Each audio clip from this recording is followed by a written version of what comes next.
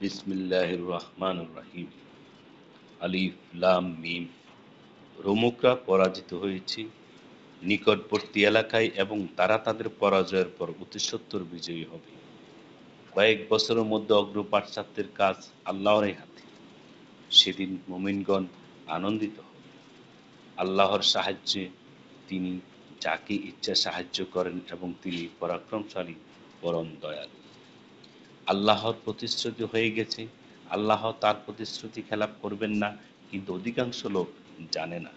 তারা পার্থিব জীবনের বাহ্যিক দিক জানে এবং তারা পরকালের খবর রাখে না।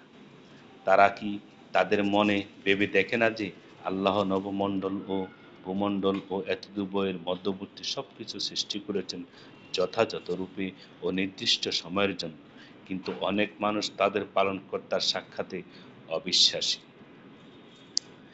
তারা কি পৃথিবীতে ভ্রমণ করে না, অতঃপর দেখে না যে তাদের পূর্ববর্তীদের পরিণাম কি কি হয়েছে?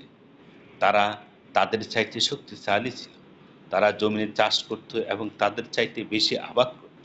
তাদের কাছে তাদের রসুলগণ সুস্পষ্ট নির্দেশ নিয়ে এসেছিল। বস্তুত আল্লাহ তাদের প্রতি জুলুমকারী ছিলেন না, কিন্তু তারা নিজেরাই নিজেদের প্রতি জুলুম করেছিল। অতঃপর যারা মন্দ কর্ম করত তাদের পরিণাম হয়েছে মন্দ, কারণ তারা আল্লাহর আয়াতসমূহকে মিথ্যা বলত এবং সেগুলো নিয়ে ঠাট্টা বিদ্রূপ করত।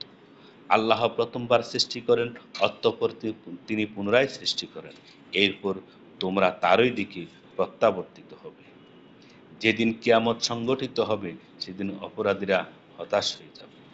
তাদের দেবতাগুলোর মধ্যে কেউ তাদের সুপারিশ করবে না এবং তারা তাদের দেবতাকে অস্বীকার করবে। যেদিন কিয়ামত সংগঠিত হবে সেদিন মানুষ বিভক্ত হয়ে পড়বে।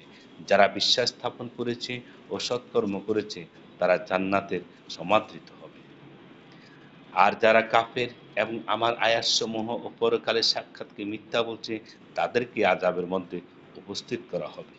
অতএব তোমরা আল্লাহর পবিত্রতা স্মরণ করো সন্ধ্যায় ও সকালে এবং অপরাহ্নে, মধ্যাহ্নে। নবমণ্ডল ও ভূমণ্ডলে তারই প্রশংসা।